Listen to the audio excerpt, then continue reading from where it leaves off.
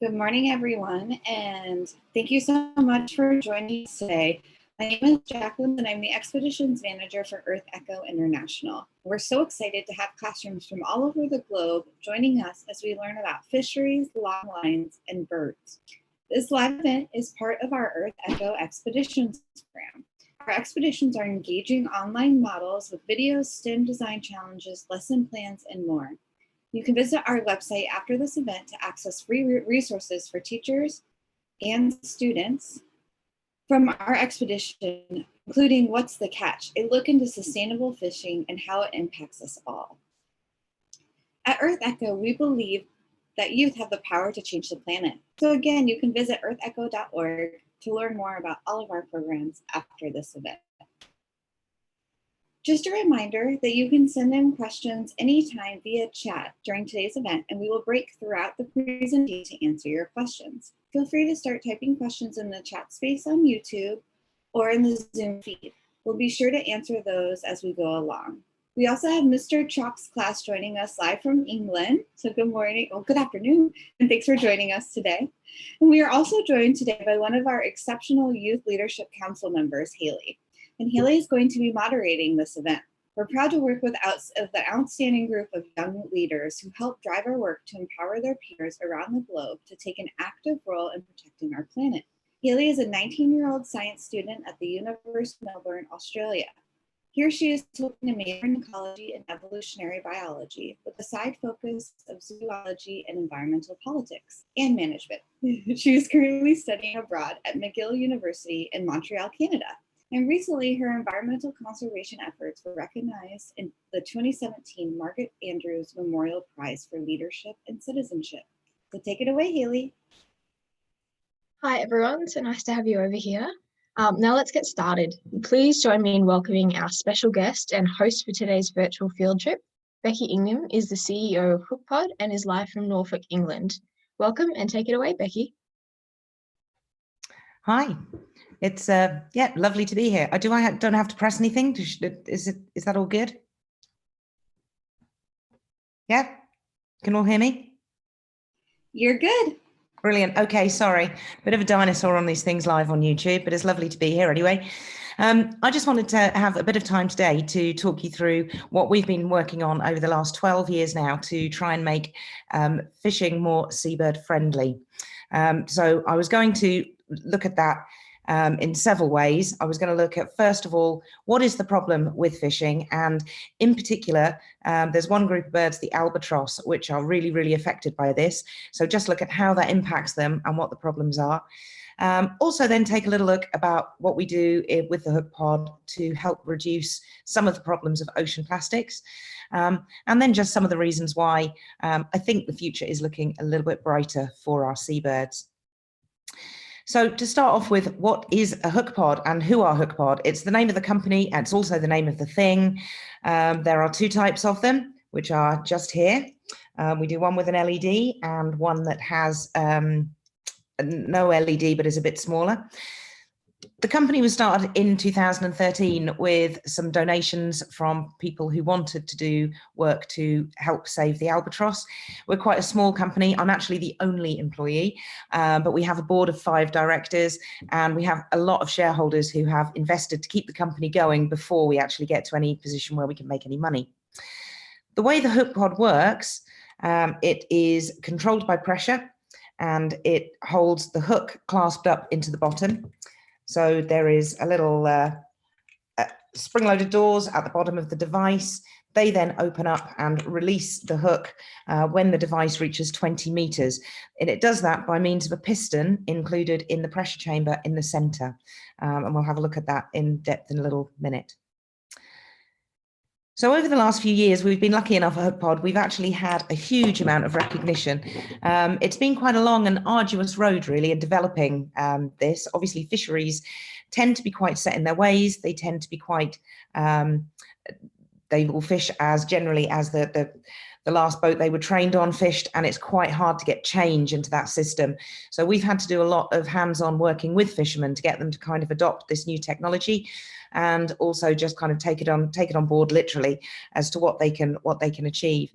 And one of the things we were delighted to have last year was the endorsement of absolutely my hero, the great Sir David Attenborough, who actually endorsed the Hookpod and said that if every pelagic boat in the world used these, you could prevent the death of the albatross. So for us, that was incredible. And yeah, we were delighted to get that. So I mentioned about the albatross. There are 22 species of albatross in the world. 15 of those are currently threatened with extinction. And because of their kind of way of life, they spend a huge amount of time navigating circumpolar around the southern oceans. They are exposed to a massive amount of threats from pollution, from global warming, from marine plastics. But the biggest single threat that they have currently is the interaction with fishing vessels. And they are part of a species or a group of seabirds known as tube nose, which means they have an incredibly well-defined sense of smell. And because of that, they can smell fishing boats putting bait on hooks from 20 to 30 kilometers away. So they really do zone in on these areas, which obviously then increases their risks. So just moving on to talk a little bit about the albatross. They are, I mean, I think they're wonderful birds, but they are really, really long-lived. The oldest one at the moment that's been involved in a ringing program is over 60 years old. Now, given that most ringing programs have only been going for kind of 30 years, that actually it's quite some achievement. And what we're likely to find out as time moves on is that they potentially could live up to 80, maybe 90 years. So that in itself is fairly incredible. When they incubate, they'll sit on an egg for up to 3 months. Because of the investment, the energy and the biological investment that it takes this species of birds to rear a young, they don't have chicks every year like most birds do. They actually have chicks every 2 years or every 18 months, depending on how well fed and what condition they're in. So it's a big investment in one young bird. And in some ways that's great, but in other ways, as we'll see in a minute, it can also be their downfall. So the next slide shows this part of the courtship ritual of the albatross, and this is one of the most endearing things about them. When they fledge, so when they leave the nest initially, they'll go off to sea and they'll be at sea just feeding and sleeping on the sea. They don't really return to land for anywhere between 5 to 10 years, depending on the species. After that time, when they do come back, they end up back on exactly the same place that they were born. So they return to what they call their natal breeding sites. And they then start to learn this courtship ritual. They'll stand and they'll watch other adult birds doing it, and they have a practice. And this is the beak clacking, the bill clacking thing that they do is sort of like a little, a bit like the Irish dancers with swords, I guess. They also do kind of steps. They have wing movements, the very famous sky calling, where they stand and put their heads right up. But all of those things, they gradually adopt, and they make their own very unique dance. And they will do that dance with lots and lots of birds and adapt it. And gradually the numbers of birds that they do it with will come down. And eventually you'll have a completely unique dance between two birds, a male and female, that are then paired for life. So, and that can happen over 2 to 3 years. It doesn't happen instantly. So it's a really long, complicated process that ensures they get that really strong bond that helps them stay together throughout then their breeding life. Once they've done that, though, once they've paired in that couple, that really unique dance, it's probably never used again. There'll be a few little steps just to kind of, yep, it's still you, and then they move on. So it's a really incredible kind of ritual that these birds have. I love this next picture because it's actually, this is one of my favorites of the big old fat albatross chick just before they start to get their adult feathers. So they are incredibly successful at their breeding routine, but that very breeding routine, that means it takes up to 10 years to produce one chick every 2 years. And then if they lose the partner, that means that the other partner will then take probably another 4 to 5 years to remate. So by losing one bird from the breeding population, you're actually having a much more multiplied effect on the whole breeding population and the viability. And this is what makes them so vulnerable to that crossover with fisheries. Anyone got any questions on that? I think I've just stolen Hayley's thunder. Sorry, with the next slide. Sorry. No, good. I just wanted to say those chicks just look like sentient fluffy rocks with faces. Yeah, they look beautiful. They're just not, they're gorgeous, but they just don't make sense.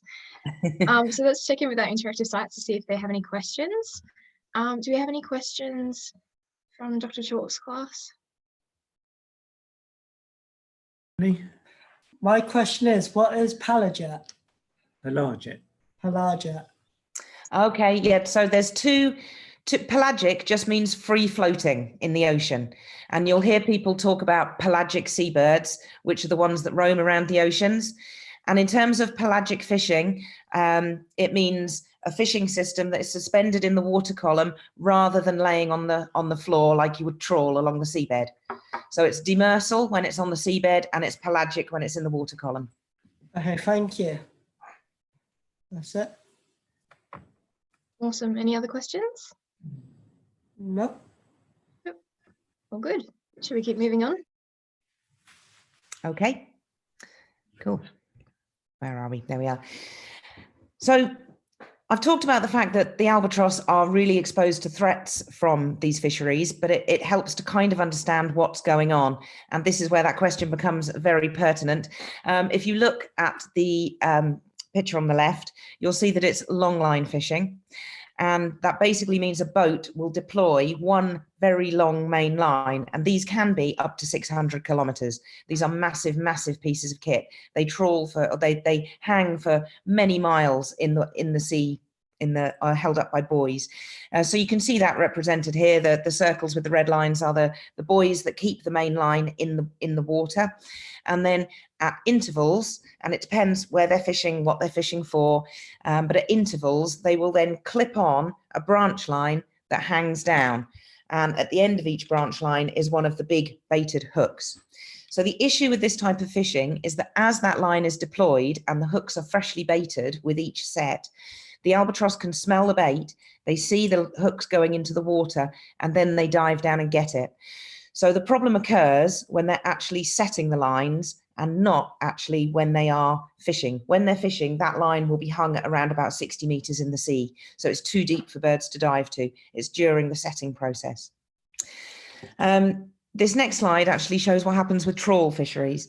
And this long cable is one of what they're called the warp cables, and they hold the net onto the boat.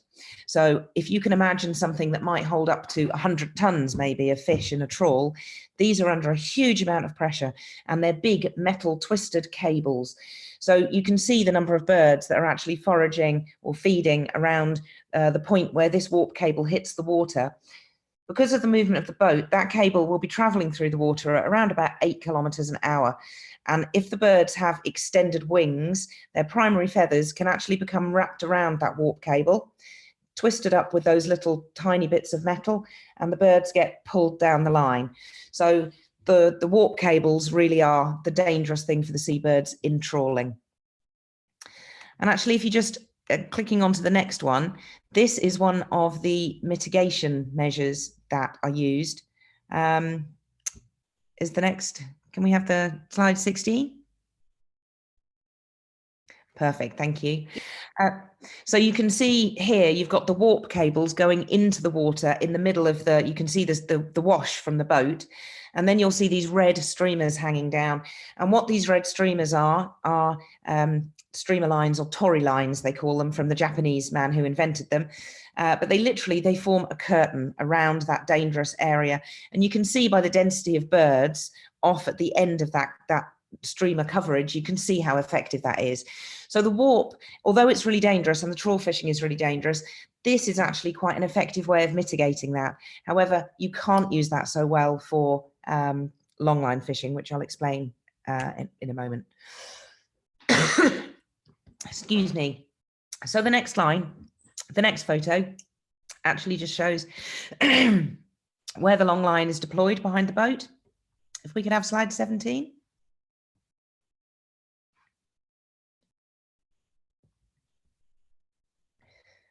Can we have 17? Jacqueline, are you there? Hello. Do we have a... Stand by, everyone. I will share those slides. Hang on one second. Haley, you want to see if we have any questions from the people viewing? Yeah, of course. Perfect time for questions if anyone's got any at this point. So sorry about that. Don't we love technology? Let me get those slides back up for you. That's fine. Yeah, so this one really just shows the long line in a side profile, which I think makes it a little bit easier to understand. The guys at the back of the boat, we've got a little video clip in a minute, but the guys at the back of the boat there will be deploying that line and clipping each of those individual hanging lines on. And that's the point that is dangerous for the albatross. Can we maybe have the next one? Sorry. Cool. Okay. And obviously for the birds, at the point that those hooks hit the water and they dive down to take the bait, it's not a nice way to go. It's a pretty grisly fate. They dive in and take squid or fish, which they're obviously attracted to. Generally, they will get hooked in the bill or the throat as they swallow it, and then they get dragged underwater and drowned. So the next slide is quite a famous shot, but yeah, illustrates what can happen. And there's literally 100,000 of these birds every year killed in this way. So this is a really important environmental issue that we're trying to address.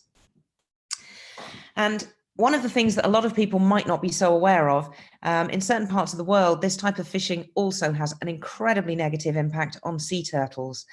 There's 7 species of sea turtles globally, and at the moment 6 of them are on the endangered scale because of this interaction with fisheries. So one of the things we've been finding in Brazil, where we've got a lot of hookpod trials running, is that actually turtles that are interacting with the fishery there, we've got hookpods out on 6 boats, and we're finding that those 6 boats are catching around about 80% less turtles as well as seabirds. So what that would indicate is that where the hookpod sinks down in the water column, at the point that it opens up at 20 meters and deploys the hook to start fishing, it means that the turtles are probably feeding in the higher levels of the water column, so they're not then being negatively impacted. So this is, for us, is really exciting because it could mean that the hookpod is the first ever device that would work to prevent not only seabird bycatch but also turtle bycatch. Just those figures, I mean, it's easy to kind of chuck around, 100,000 or 600,000 seabirds or whatever, but this is these are some real pictures which I think just kind of just nudge it home about the real loss. This is a little island in the South Atlantic to the south of the Falkland Islands. It was formerly one of the black-browed albatross biggest breeding colonies, and this photo was taken in 1976, and you can see the extent of the colony all the way up around the edges, right up to the point where that shot was taken, and going up with some mixed penguin colony as well, but up into the hill. And if you now look at the next one, this is 20 years later. So that colony has declined enough, not only for the birds to have gone, but actually for that tussock grass, which can take 5-6 years, to actually start creeping down and regrowing on some of that bare ground. So this is a real thing which is happening all around the world, and it's having a massive impact on all these populations. It might feel on one fishing boat, if you catch 2 birds, that's not too bad. How can 2 birds make a difference? But when you times that up by the many, many, many millions of people undertaking these activities, then actually you have something which is an enormous impact on an annual basis. So I just wanted to have a little look at some of the things they currently do. This is a streamer line of the type that they use when they're long lining. And immediately looking at that, you can see that it's just going to get tangled up, and they do. They blow around in the wind because you're already deploying the main line, and that's being blown around in the wind because it hasn't got that steadying weight that the warp cables on a trawl have. So it doesn't stay always static in the water. It can go according to currents. And these things are always getting muddled up. Fishermen lose a lot of operational time with them. And 9 times out of 10, if they haven't got an observer or a camera on board, a fisherman is just going to take it in and say, actually, I'm here to fish. I'm not going to use a tory line. So they're good where they're enforced and where they're made to work, but they have a lot of problems for 99% of the fisheries we're dealing with. The other thing they use is this picture, which is the little inset, and they are, it was back at the other one, but they're the lead weights, and they just literally clip them into the line above the hook. So they can be anything from 25 grams to 60 grams, and they just cause the lines to sink with the hooks on quicker, getting them out of the way of birds quicker. But the problem with these is if anything happens to that fishing gear when they're hauling to cause any kind of flyback on board the boat, they cause a significant number of injuries every year for fishermen. They just act like bullets. So the fishermen are not keen to use these, and they come with safety issues. So with that as the landscape that we were dealing in, you've got this immense problem that needs to be solved, and there's a fairly clear-cut need that the industry have as well to be able to do what they need to do. We had the kind of rationale that if you can protect the hook, then you can protect the bird. So that was the initial science thinking that the hook pod was drawn up from. And it also needs to work for the fishermen. So we didn't want something that puts a lot of plastic in the oceans. It needs to be simple. It needs to not cost them a huge amount of money. And most importantly, it can't affect what they're doing, which is actually catching fish. So it has to have no impact on their target catch. And we also needed something that took away the dangers of using those lead weights. So it's got to be safe. And really from that's where the hook pod came from. And we've been doing this now for 12 years. And this very first one, the one with the blue, was the first design. But to put that in perspective, that's kind of probably about 8 inches tall. And it enclosed the whole hook and the bait. And was actually called the bait pod rather than the hook pod. But the trouble with that one, we thought that was great. You know, everyone was like, yep, done this. I had foam that released when it was under pressure. And it was, we thought that was the way forward. Trialed it on a boat for about 6 months, and the feedback from the fishermen was that when they're putting it in their setting bins, it's so bulky, they were needing to use extra bins for their line, which takes up more space on deck, takes up more equipment, more manpower and moving things around. So that didn't really work for the industry. We then went to a tiny, tiny, tiny little one, which is demonstrated on the next slide, just to give it a bit of perspective, which was only enclosed the very, very tip of the hook. So it's a little bit of a Goldilocks story, this. It was like Daddy Bear's chair was too big. And eventually we ended up with, the fishermen said that when their hands were cold and wet, and particularly when they were wearing cotton gloves, the little fiddly one would just get hooked on things and they couldn't use it. So we've now ended up with something which kind of is really hand size, and they find it a very comfortable ergonomic shape to use. It doesn't get hooked on anything. It just slides with the lines in the setting bins. So it's taken quite a lot of working with fishermen to get them to kind of see how the technology can fit in. So going on to slide 27, that actually shows the setting bin with all the hooks. They clip up the hooks around the edge, and then the lines lay in the setting bins with the hook pods in situ. Is that one up? I haven't got that on my screen. You there? Hello? And stand by again. We may have lost Jacqueline, so Okay. let me just go ahead. Haley, I'm going to toss it over to you while I get things sorted here. Perfect. Well, I actually had a question myself. So you were talking mainly about albatross and turtles, but are there any other maybe bird species or mammal species that are affected by longline or trawl fishing? Yes, basically all of the kind of marine seabirds are under the same threats to albatross. The reason that they are particularly vulnerable is they're one of the most deep diving. So it mainly tends to be the petrel species. But yeah, there's a huge amount of petrel species around the world that are threatened by this. So anything that's going to dive for fish at the surface of the water is going to be affected by this. Kind of devastating when you think about it. Thank goodness you're on the case. Yeah, there we go. So this just shows how they store those branch lines, and each of those hooks is connected to one of those lines, and each of them will have a hook pod on. So that's how the hook pod fits into the fishing operation on the boat. And that's kind of one of the things that we needed to be very sensitive to, was to how that was going to work. So I wanted to move on. That's kind of the very practical fishing, the problem and the practical fishing side of the hook pod. But there's another side to this story, which I think is quite important. Global marine plastics are a huge issue at the moment. And I think this is quite a horrifying picture, but this is actually a young albatross from Midway Atoll in the Pacific. And these were basically its stomach contents. So its parents had been out and had been foraging for food, collecting what they were obviously thinking was small fish or crustaceans on the surface of the water. And in actual fact, what they've been collecting is plastic debris. That can't get broken down. So eventually the young bird it's being fed to is just going to die.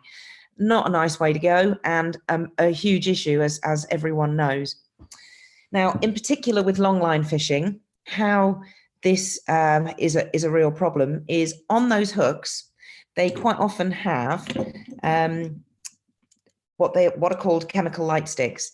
So I guess you guys have all been to campouts and sleepovers and things where you've used the glow sticks that you crack and you shake them up and they've got the two chemicals in. They basically use exactly the same thing in fishing. And the reason they use them is to give an element of light around the hook. And that's not because it pulls in the big predatory fish that they're trying to catch.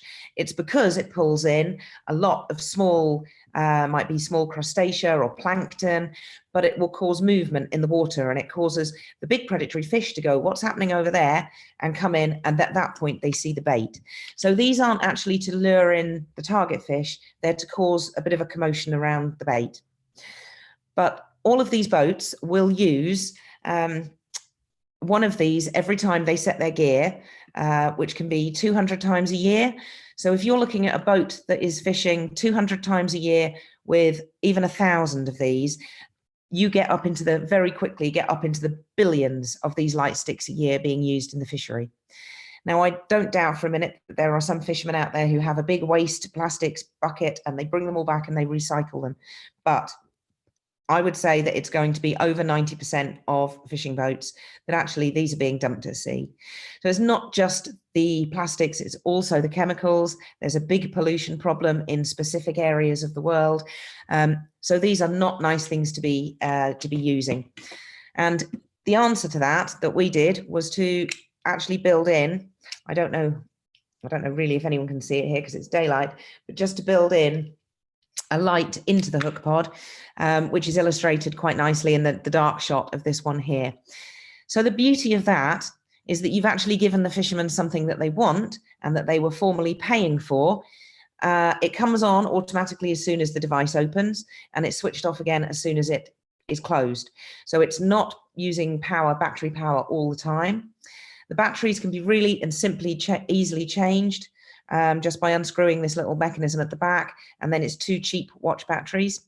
So it's around about, I think it's around about 16 cents to change the batteries. But this gives us the this makes the hook pod desirable. So it's not about us now banging on about seabirds or turtles being caught. This is actually giving the fishermen a tool to make fishing easier. And the costs of that, wasn't going to go into a massive amount of detail, but if anyone wanted to have a look after, the next slide just sums up the amount of saving that these guys could make by using hook pods. So I took one of the cheapest places you can get light sticks, and we've estimated the hook pod being $8, which is on the high end of where we think we're going to be selling it. But just looking at those figures, $60,000 a year on light sticks, about $14,000 a year on pods and batteries. So that means you're going to be saving around about the $47,000 mark if you're a fisherman in a longline boat.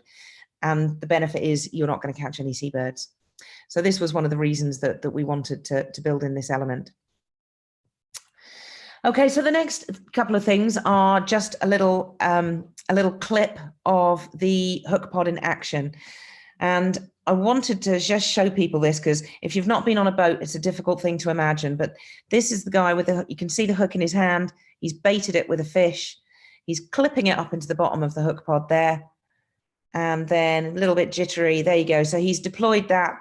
He's then waiting, and the swivel is what then gets hooked on the main line and sent down. So they will be working on a timer system to give them the right spacing in between each of these branch lines. But this just gives you an idea of how quick and easy it is to set those actual hook pods. It doesn't add anything to that operation that they're already doing. And another one away. So this next clip is the other end of the process. And this is taken from a vessel in New Zealand. So as the main line comes back, there will be this is the guy in the yellow trousers there, unclips the branch lines as they come back. It is quite jittery, sorry. It normally runs a little bit smoother. There we go. He passes the branch line to his colleague, who just simply flicks the hook pod to remove any excess water. Closes it up. as we speak and puts it into the setting bin. So again, it doesn't add anything to their operation. They have to retrieve those lines, they have to take the bait off the hooks, and they have to actually then hook those hooks in. So the fact there's a hook pod on the line doesn't make any difference to them.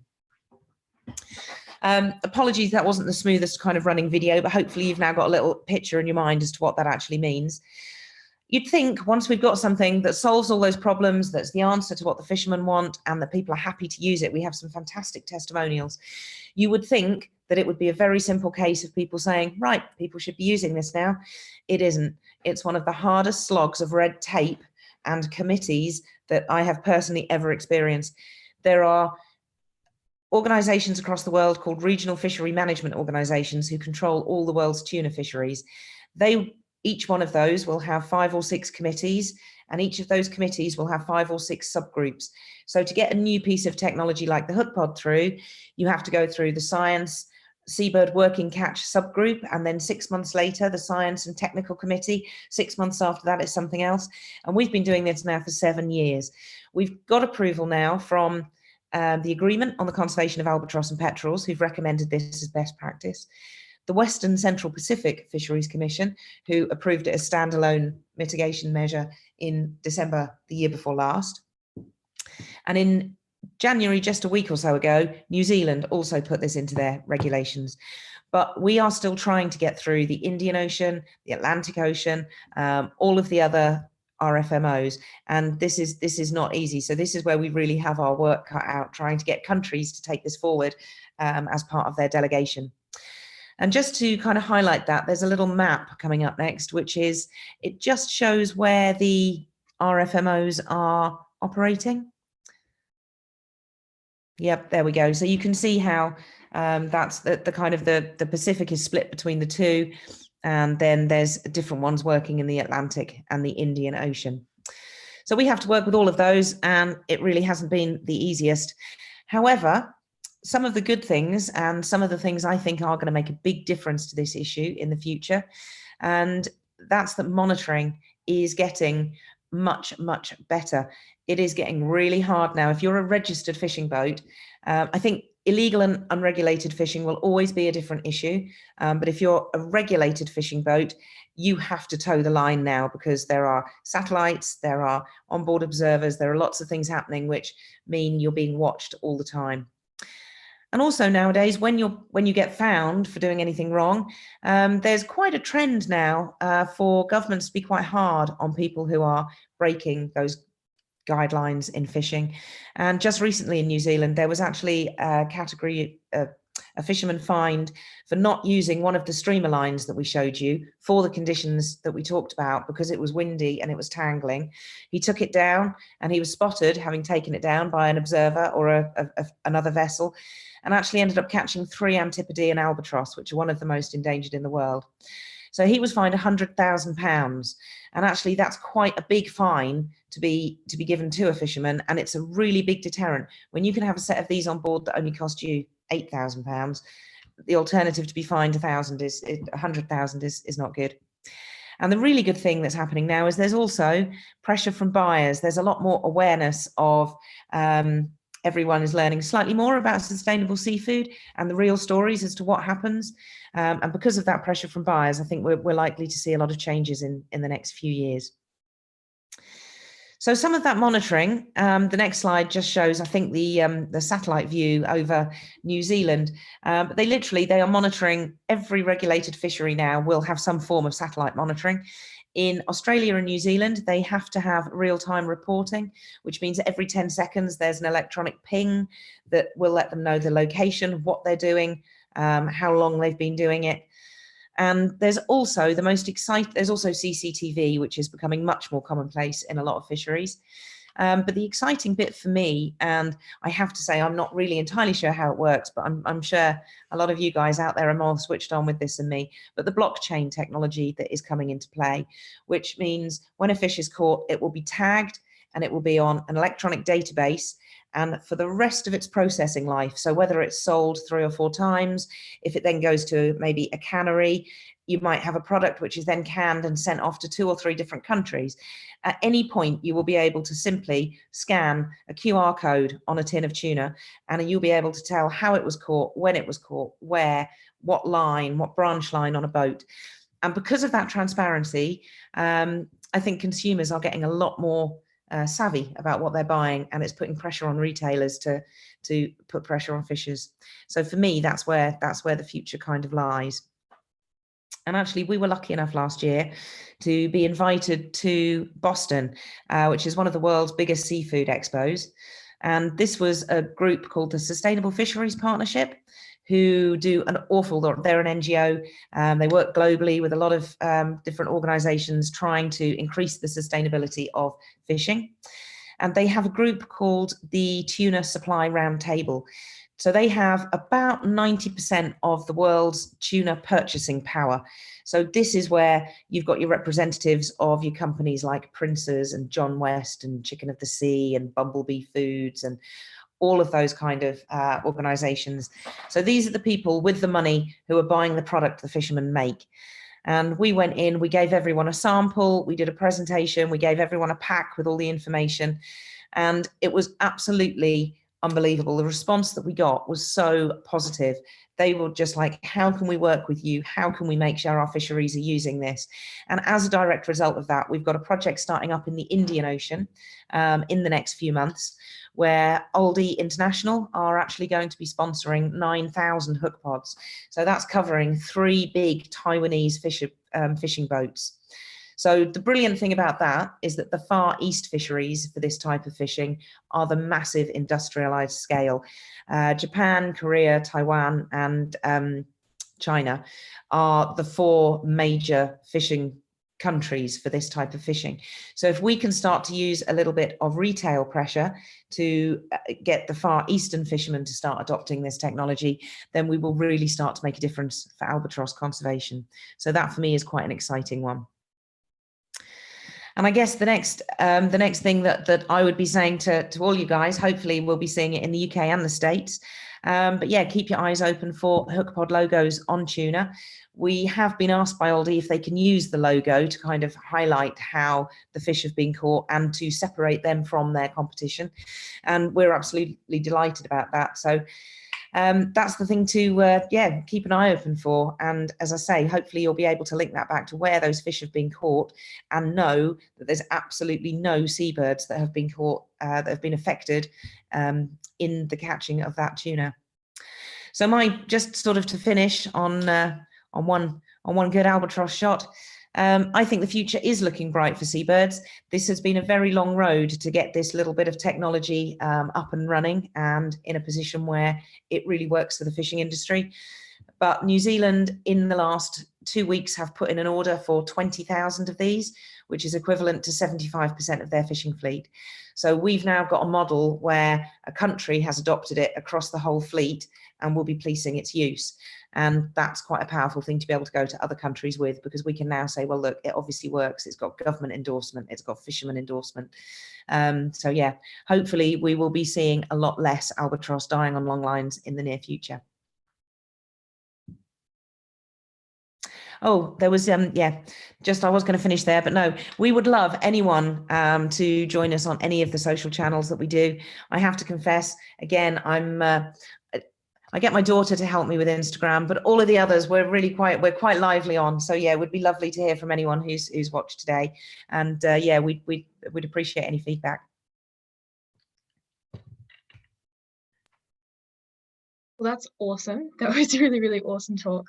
Let's check in again with Mr. Chalk's class to see if they have any further questions. One of our questions is, how do the bird population affect fishing stocks? To be fair, with this type of fishing, they tend to do it for tuna and swordfish, which are both really, really huge fish. They can be 250 kilos. They also live kind of beyond the depth that most seabirds would be able to take them. So seabirds like this wouldn't really be feeding on those type of fish. They would be feeding on smaller things like sardines and mackerel and squid that come to the surface. So yes, they would. The bigger a seabird population gets, obviously it will have an impact on the prey that it would be taking, but it wouldn't be the same target fish that these fishermen are catching, if you see what I mean. Yeah. My other question is, are they going to implement a law to only use hook pods whilst troll fishing and longline fishing? No, I don't think they would ever do a law that would just say you have to use a hook pod. At the moment in New Zealand, what they've done is they've changed their regulations. It used to have to be law that you could either fish completely at night when there's no birds around, use a streamer line, and have lead weighting. So there's 3 options, and you used to have to pick 2. So you could fish at night with lead weights, or at night with a line, or you could fish in the daytime with lead weights and a line, but you couldn't just do one. So what they've done now is they've said that stays, you can still do those, or you can just use a hook pod. And obviously what that means for the fishermen is that it means they can fish whenever they want, so they're not losing time. It means they don't have the dangers of using the lead weights that might fly back and hurt them. And it means they aren't operating the Tory lines that cause tangling up with all their fishing gear. So actually this is easier, but I don't think you'd get a situation where they'd make it law that you have to use this, because at the moment, from a commercial point of view, we're the only company that make it. And I think there would be a lot of moral, ethical reasons for making something law that is only supplied through one route. Okay. My last question is, at the present time of catching fish, how long do they think stocks will last? Oh, how long is a piece of string? This is something that these 5 organizations I showed you on the colored map, they spend at least 3 weeks a year with about 600 delegates arguing about this point. So I don't know that my guess would be very good. If I had to put my hand on my heart, my ideal solution for the planet at this point in time would be not to fish for tuna. I'm not going to get there, so I'm working to make tuna fishing safer for seabirds. But I think personally we are getting to the point with tuna, and it's a personal opinion, not a scientific one. I think we're getting to the point where those stocks are going beyond the stage that they will be able to come back. Okay, thank you very much. You're welcome. Great. Thank questions. you. Thank you, everyone. Such wonderful questions today. And thank you so much to our special guest, Becky. Thank you so much. This is such marvelous work to share. And we're so excited that we could be part of this journey with Expedition What's the Catch? So EarthEcho International invites you to join us for all of our upcoming exciting programs. Of course, the program that you just heard a little bit more about was Expeditions What's the Catch? And EarthEcho Expeditions is an annual program that leverages the rich Cousteau legacy of exploration and discovery to bring STEM education content alive for today's 21st century learners and their educators. Explore EarthEcho's newest expedition, What's the Catch, at www.earthecho.org. Did you know that you can become a citizen scientist with EarthEcho's Water Challenge program? The EarthEcho Water Challenge builds public awareness and involvement in protecting water resources around the world by engaging citizens to conduct basic monitoring of their local water bodies. Visit our website to learn more. And join EarthEcho International as we highlight relatable voices and exciting life experiences to make careers in STEM come alive. EarthEcho strives to connect students to STEM professionals to serve as positive role models and inspiration to the next generation of STEM explorers with videos and live virtual career connections throughout the year. Join the conversation at earthecho.org. And Jacqueline, since you are back in, I'm going to go ahead and wrap this over to you.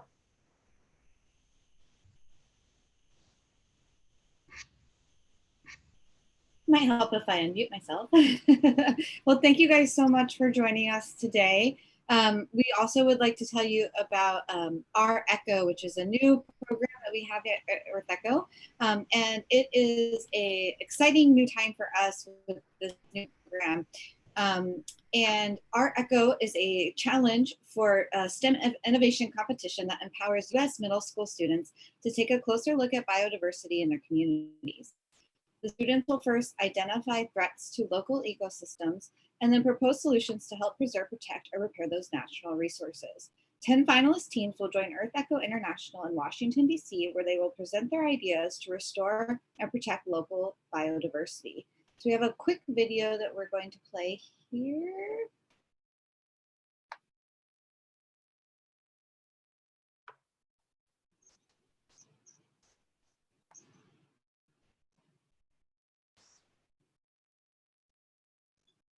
Got it on mute, Jacqueline.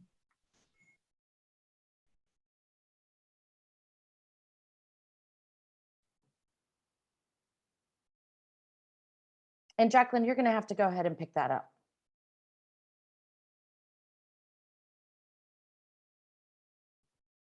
And it looks like we may have lost Jacqueline again. So hang on one moment, everyone. Thanks for bearing with us with all of these technical snafus. And let me go ahead and stay connected with EarthEcho International through our website and all of our social media channels. You can even email us at education@earthecho.org if you have any questions. And I believe you are not seeing that screen. There we go. So stay connected with EarthEcho International on our website and all of our social media channels. Again, we want to thank everyone for joining us again this morning or this afternoon if you are in a different time zone. And we especially want to thank the National Biodiversity Teach-In for allowing us to be part of this tremendous event this week and next week as we host a series of live virtual events. So on behalf of EarthEcho International, thank you for joining us and keep exploring.